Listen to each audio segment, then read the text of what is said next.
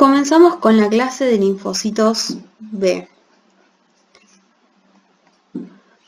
Como vimos en la clase de ontogenia, el BCR está constituido por una inmunoglobulina de superficie asociada a un heterodímero formado por las cadenas Ig-alfa e Ig-beta.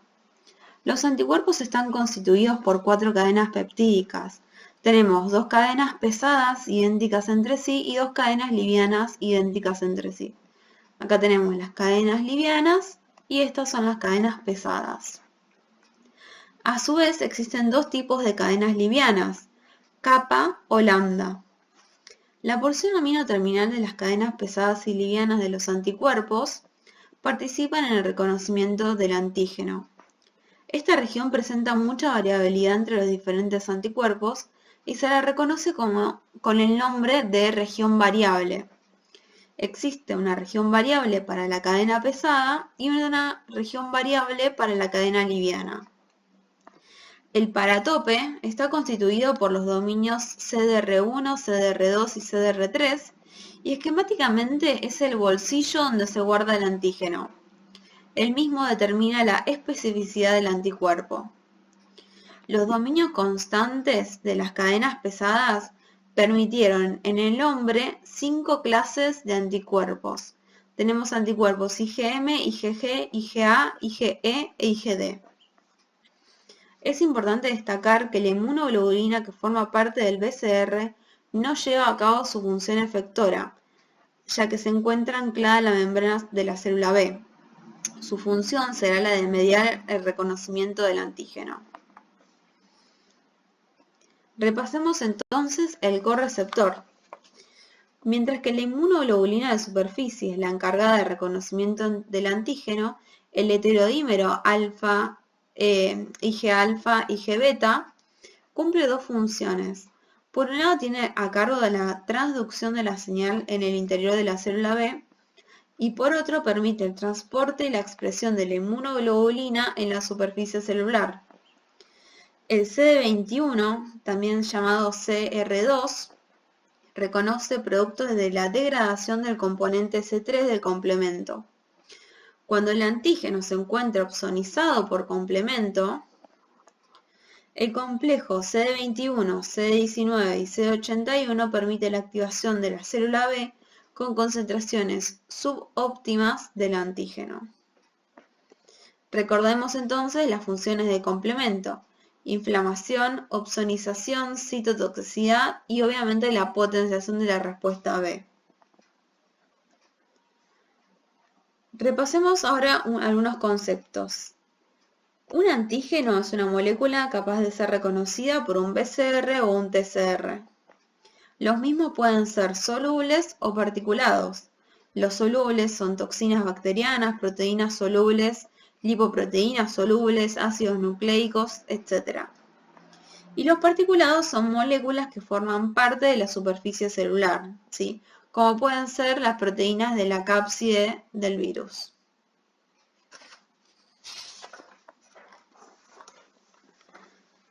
El epítopo o determinante antigénico es la región del antígeno que interactúa con el BCR o el TCR.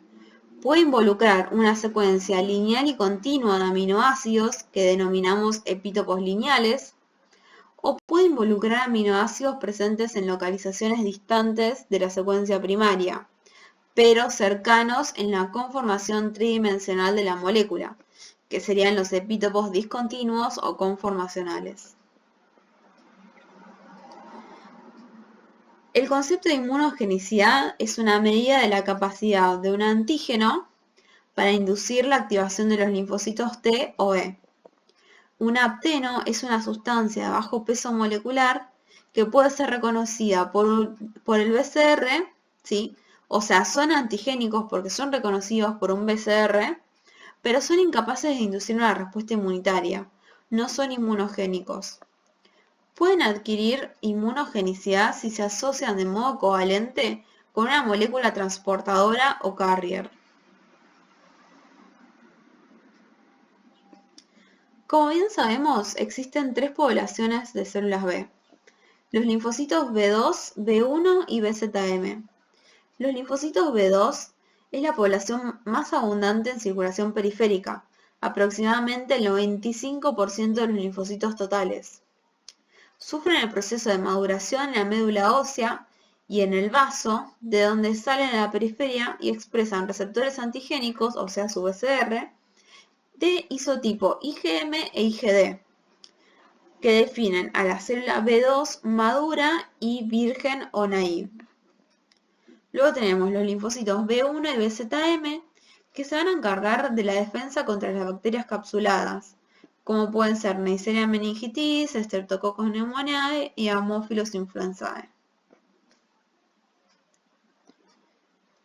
Comencemos entonces con los linfocitos B1. Los B1 son las primeras células B que se generan durante el desarrollo embrionario, y el hígado fetal es su principal productor. Pueden autorrenovarse localmente, o sea, expandirse sin necesidad de contactar antígenos foráneos, mientras que los anticuerpos producidos por los B2 median una acción luego de las 7 o 10 días post-exposición. Los B1 producen niveles significativos a las 72 horas de exposición. Los mismos se van a localizar en cavidad pleural y peritoneal.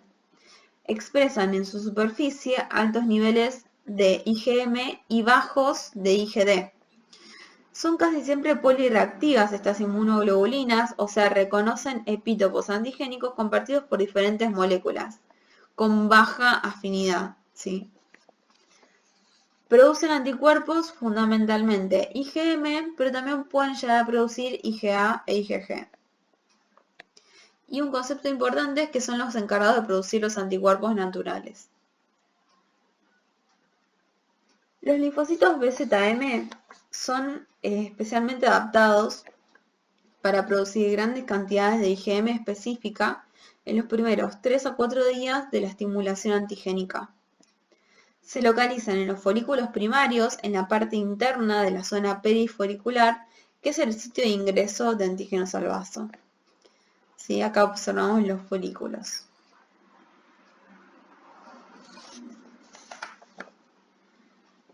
Estos linfocitos BZM sintetizan principalmente IgM, respondiendo a antígenos polisacáridos de bacterias capsulares, y producen, en primer lugar, anticuerpos IgM polirreactivos y de baja afinidad. Una vez activados, los BZM se convierten rápidamente en plasmoblastos, abandonan la zona marginal y se dirigen a la periferia de la lámina propia, donde proliferan activamente y forman focos de plasmocitos. Son particularmente dependientes del complemento para diferenciarse en plasmocitos secretores de anticuerpos. Ahora hablemos un poco sobre los anticuerpos naturales. Básicamente es un mecanismo de defensa presente constitutivamente en el niño y en el adulto y cumplen un papel importante no solo en la inmunidad antimicrobiana, sino también en la regulación de los procesos fisiológicos tan diversos como el control de la integridad de la vasculatura y la eliminación de células apoptóticas. Son anticuerpos producidos por las células B1 no expuestas a antígenos foráneos.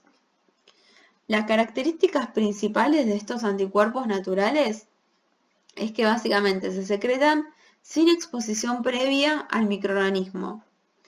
El isotipo IgM es el más frecuente y son anticuerpos de baja afinidad y polirreactivos. Estos anticuerpos están dirigidos contra epítopos antigénicos repetitivos. Un detalle importante, sí, a tener en cuenta es que en niños menores de 2 años el compartimiento B1 y BZM está inmaduro. ¿Por qué? Porque se encuentra con bajos niveles de CD21. Con lo cual esto explica las infecciones recurrentes por bacterias capsuladas como Streptococcus pneumoniae, Neisseria meningitis y Haemophilus influenzae.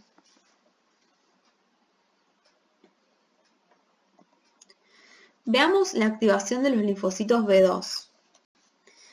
Para activarse el linfocito B2 requiere 2 señales, al igual que como vimos en los linfocitos T. La primera consiste en el reconocimiento del antígeno, y la misma tiene dos consecuencias principales. Traduce señales de activación al interior del linfocito B y media la endocitosis del antígeno y su consecuente procesamiento por vía exógena, ¿sí? De esta manera se expresarían sobre la superficie del linfocito B en el marco del CMH de clase 2, péptidos derivados del antígeno que serán reconocidos por el T follicular helper específico. Entonces, acá observamos, el linfocito B reconoce el epítopo, por ejemplo, de una cubierta viral, o sea, de la cápside, a través de su inmunoglobulina. Esto sería la primera señal, que induce la endocitosis y el procesamiento por vía exógena, para luego presentarlo en el marco del complejo mayor de histocompatibilidad de tipo 2. La primera señal impartida por el reconocimiento del antígeno no es suficiente para su activación. Para que ello ocurra, debe recibir la segunda señal, que es proporcionada por un linfocito T follicular helper, específico para el péptido presentado por la célula B2 a través del CMH de clase 2.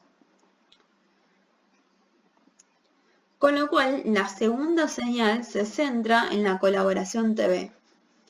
La misma es necesaria, para la misma es necesaria la presencia del T follicular helper. Entonces, decimos que para que la colaboración TB se produzca, los linfocitos B y el T follicular helper deben reconocer epítopos antigénicos presentes en el mismo antígeno, ¿sí? o en la partícula endocitada por el linfocito B. A esto se denomina reconocimiento del ligando. No quiere decir que ambos reconozcan el mismo determinante antigénico. De hecho, la gran mayoría de los casos se trata de epítopos diferentes que provienen del mismo antígeno. Entonces, si nosotros tenemos un antígeno, por ejemplo, el linfocito T reconoce la mano y el linfocito B reconoce una partecita de la cápside viral. El reconocimiento por parte del TCR del péptido antigénico presentado por la molécula de clase 2 induce en el T follicular helper la expresión de la molécula CD40 ligando. La proteína CD40 ligando reconoce en la superficie del linfocito B a la proteína CD40. Esta interacción se requiere para que el linfocito ingrese en el ciclo celular. Para la proliferación y diferenciación de los linfocitos B, para que se lleve a cabo, es necesario que los linfocitos T follicular helper secreten a su vez interleuquina 21 principalmente y también interleuquina 10 e interleuquina 4. Ahora, ¿cómo y dónde ocurre este proceso? Los linfocitos B naive que ingresan al ganglio, ¿sí? atravesando las vénulas de endotelio alto, son atraídos hacia los folículos primarios por la quimiosina CXL13, que es secretada por las células dendríticas foliculares presentes en los folículos primarios. Por otra parte, los linfocitos T naive ingresan en la zona paracortical de los ganglios linfáticos, atravesando también las vénulas de endotelio alto, donde se encuentran con las células dendríticas que han capturado el antígeno en la periferia y lo han procesado y se lo han presentado, ¿sí? en el marco del CMH de clase 2. Estos linfocitos T naive se van a activar, se expanden clonalmente y se diferencian en perfiles efectores. Entre ellos se encuentra nuestro T follicular helper. Ahora, ¿cómo entran en contacto los linfocitos B con el antígeno? Los linfocitos B se agrupan y forman folículos primarios que se encuentran por debajo del seno subcapsular, separados de este por una capa rica en macrófagos. Los antígenos drenados por el sistema linfático llegan al seno subcapsular y solo las moléculas solubles de pequeño tamaño pueden difundirse al atravesar la capa de macrófagos para ponerse en contacto con los linfocitos B. Los antígenos de mayor tamaño son retenidos por los macrófagos de la corteza, ¿sí? Mediante diferentes receptores de membrana. Los macrófagos subcapsulares tienen una capacidad fagocítica limitada. Simplemente ayudan a mantener intacto el antígeno sobre su membrana por periodos prolongados, hasta aproximadamente 72 horas. Luego de reconocer el antígeno a través de su BCR e internalizarlo, los linfocitos B se activan y aumentan la expresión de CCR7 y CCR7, que es el receptor, recordemos, de las quimiosinas CCL19 y CCL21. Estas citoquinas están presentes en la zona paracortical T, ¿sí? E inducen la migración de este linfocito B activado hacia el borde del folículo para encontrarse con su linfocito T, follicular helper, y generar la primera colaboración TB. Durante esta activación, los linfocitos T follicular helper disminuyen la expresión de CCR7, ¿sí? E incrementan la expresión de CXR5, que es el receptor de interleuquina CXL13, que la encontramos, esta citoquina secretada por las células dendríticas foliculares, presentes en los folículos primarios. Y de esta forma, con este juego del balance de los receptores, estas células tienen la capacidad de moverse, ¿sí? O sea, el linfocito B pierde receptor para CXL13 y aumenta para CCR7, porque CCL19 y CCL21 están en la zona T. Y de esta forma le permite, de nuevo explicamos, llegar al borde del folículo. Por otro lado, este T follicular helper pierde la expresión de CCR7 y aumenta la expresión de CXR5. Y de esta forma se acerca al folículo primario.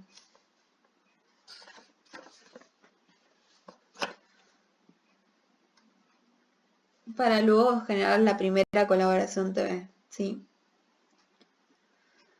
Algunos de estos linfocitos abandonan este foco de proliferación y se dirigen hacia los cordones medulares del ganglio linfático y se diferencian en plasmocitos de vida media corta, productores de anticuerpos de baja afinidad de tipo IgM.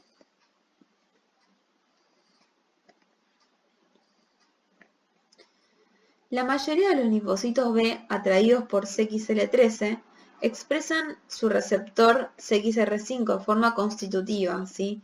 Y migran hacia el interior del folículo primario, donde continúan proliferando de forma muy activa y dan lugar al centro germinal.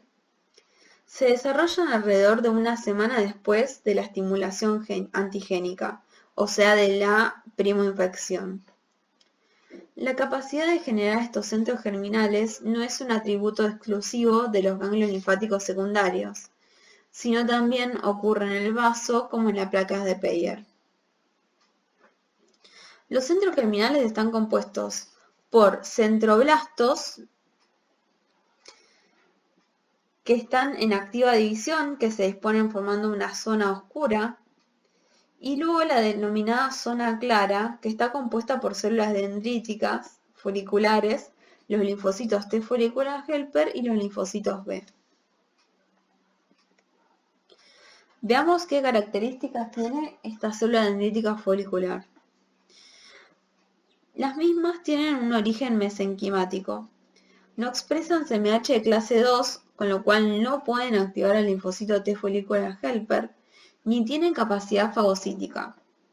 Expresan altos niveles de receptores de complemento de tipo 1 y 2 y receptores para fragmento Fc de la inmunoglobulina G de tipo 2.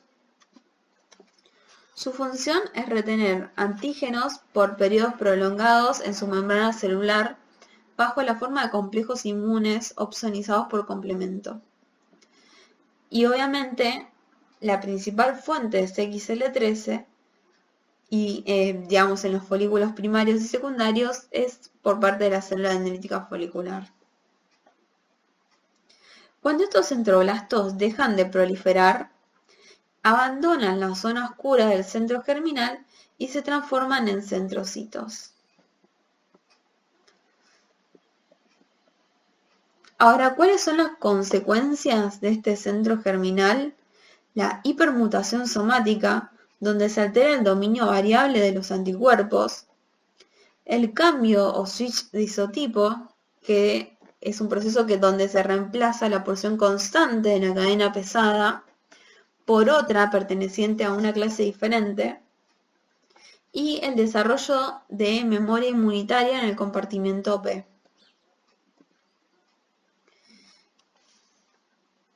Tenemos dentro de los procesos que ocurren en el centro germinal la hipermutación somática, que es un mecanismo por el cual los genes que codifican la porción variable de las cadenas pesada y liviana de las inmunoglobulinas sufren mutaciones puntuales con una tasa muy alta.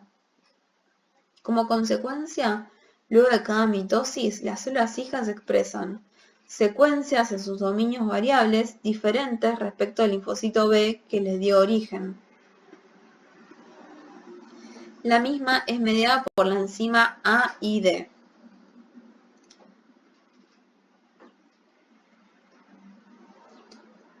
Que va a estar presente solamente en las células B. La misma, esta enzima AID, actúa sobre el ADN correspondiente a las regiones B de J reordenadas, convirtiendo la base nitrogenada citidina en uracilo.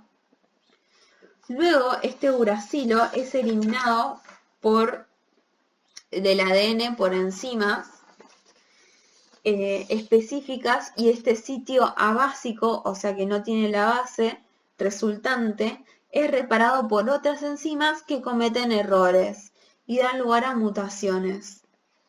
El concepto importante es que esta enzima AID actúa a nivel de los fragmentos génicos B de J de las cadenas pesadas y livianas del anticuerpo.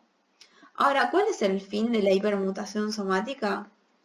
Básicamente es la generación de anticuerpos de mayor afinidad a medida que progresa la respuesta inmune humoral. Como las mutaciones son nocivas, en el centro germinal se encuentran numerosos macrófagos encargados de fagocitar a los centrocitos apoptóticos.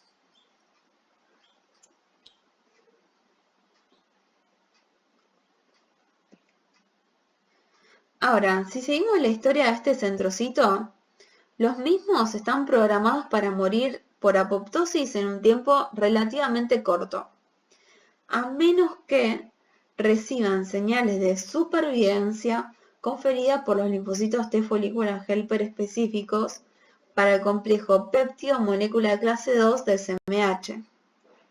Para que esto sea posible, en el centrocito tendrá que contactar con el antígeno a través de su BCR, endocitarlo y presentárselo al linfocito T follicular helper específico, dándose la segunda señal, la segunda colaboración TB. Entonces acá podemos observar a este centrocito, ¿sí?, que ya realizó la hipermutación somática y que reconoce al antígeno que está simplemente sostenido, digamos, por la célula dendrítica folicular. Lo endocita y lo expresa en su membrana en el marco del complejo mayor de histocompatibilidad tipo 2 para que este linfocito T follicular helper le brinde señales de sobrevida. Ahora, la segunda señal de colaboración TB, la segunda colaboración TB involucra esencialmente las mismas moléculas que interaccionaron en la primera, o sea, CMH de clase 2 con el péptido TCR, CD40, CD40 ligando, ICOS, ICOS ligando, CD80, CD86 con CD28 y obviamente las moléculas de adhesión. En esta etapa se produce una batalla de vida o muerte, donde aquellos linfocitos que hayan incrementado la afinidad por el antígeno tendrán mayor probabilidad de arrancar el antígeno a la célula folicular dendrítica, endocitarlo y procesarlo por la vía endocítica, a fin de activar al linfocito T folicular helper específico y recibir las señales de supervivencia.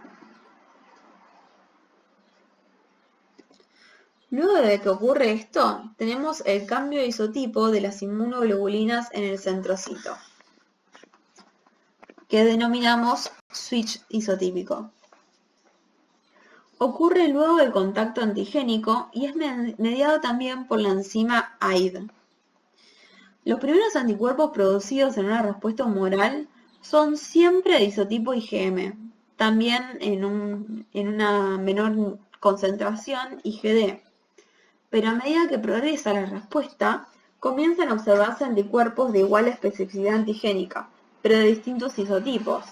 Este proceso conlleva una modificación en la secuencia de nucleótidos que codifican para las porciones constantes, en este caso de la cadena pesada, originando anticuerpos IgG, IgM, IgA, IgD e IgE.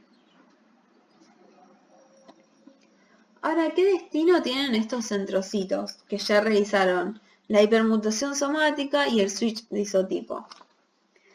Tenemos, por un lado, pueden transformarse en plasmoblastos o pueden diferenciarse en linfocitos B de memoria, ¿sí? Los plasmoblastos son células proliferantes que expresan moléculas de clase 2 del CMH y tienen capacidad migratoria. Estos plasmoblastos dejan de expresar CXCR5 y CCR7. Ello le permite abandonar el centro germinal.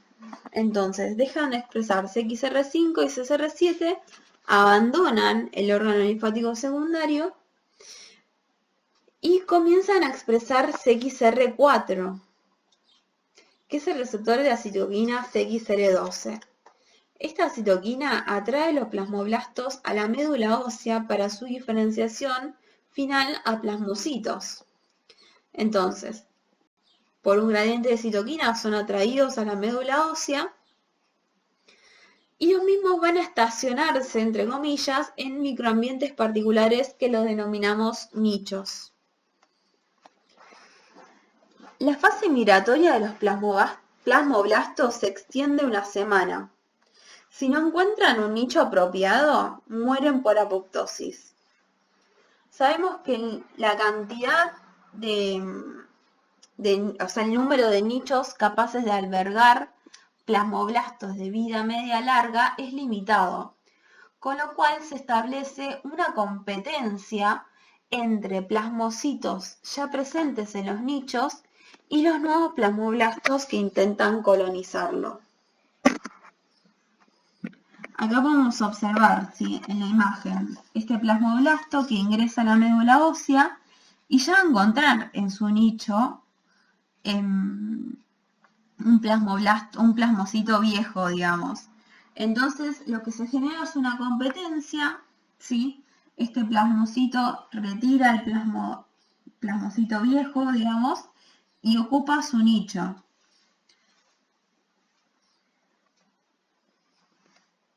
Ahora, ¿cuáles son las señales de supervivencia que le media a esta célula estromal productora de CXCR12? Son básicamente BAFF, APRIL, interleuquina 6 y CXL12 y a nivel molecular la expresión de BLIMP1 en el plasmocito.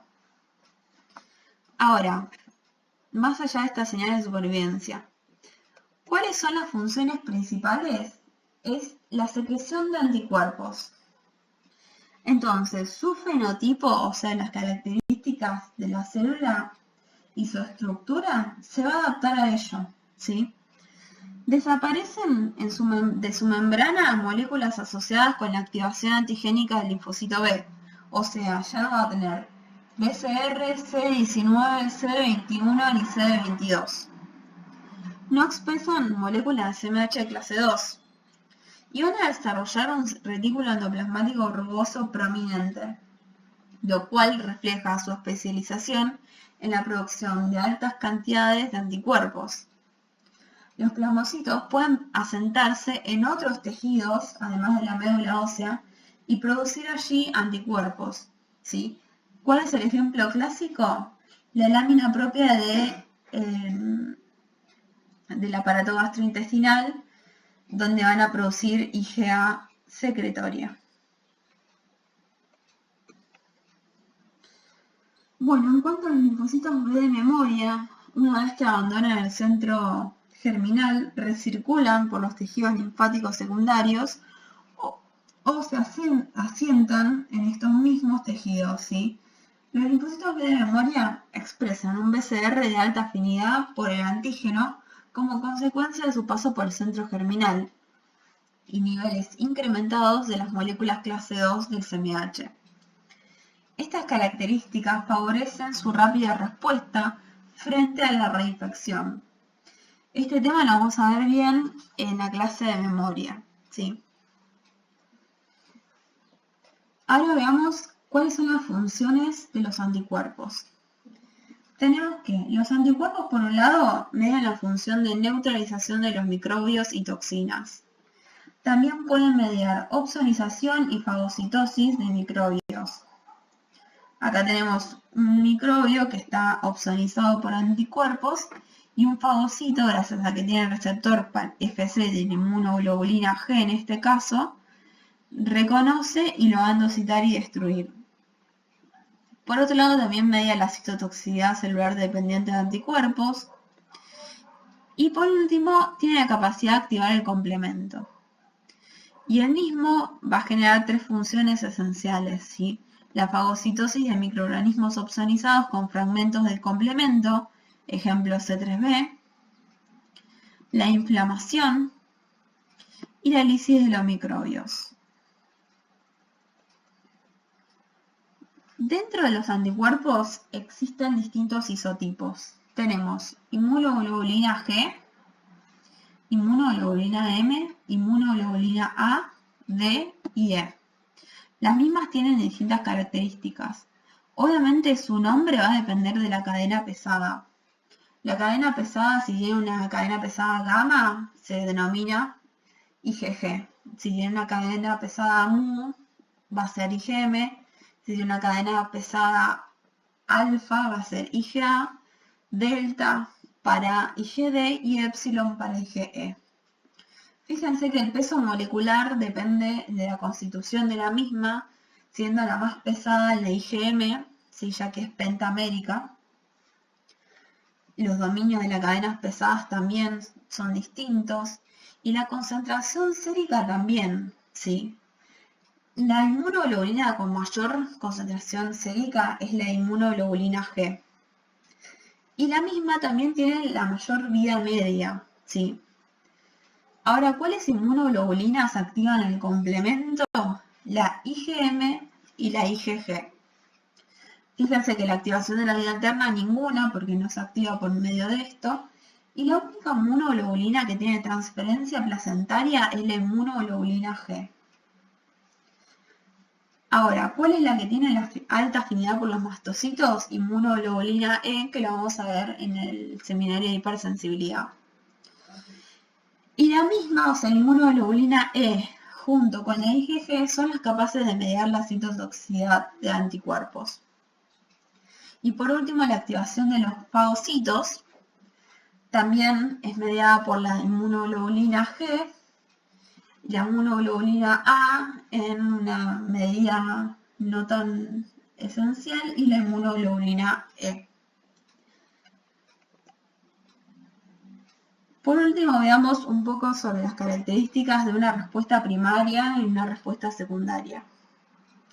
O sea, respuesta primaria sería una primoinfección y una respuesta secundaria sería básicamente una segunda exposición al mismo antígeno.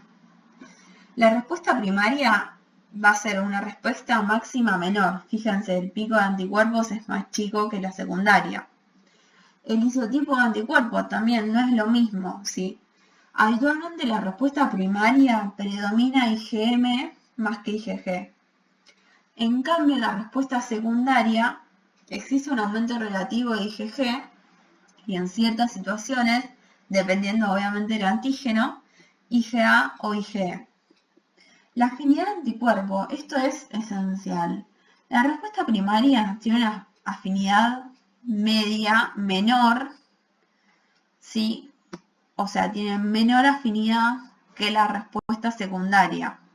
¿Por qué? Porque maduran estos linfocitos B. O sea, básicamente ocurren varios centros germinales que le permiten realizar mayores hipermutación somática.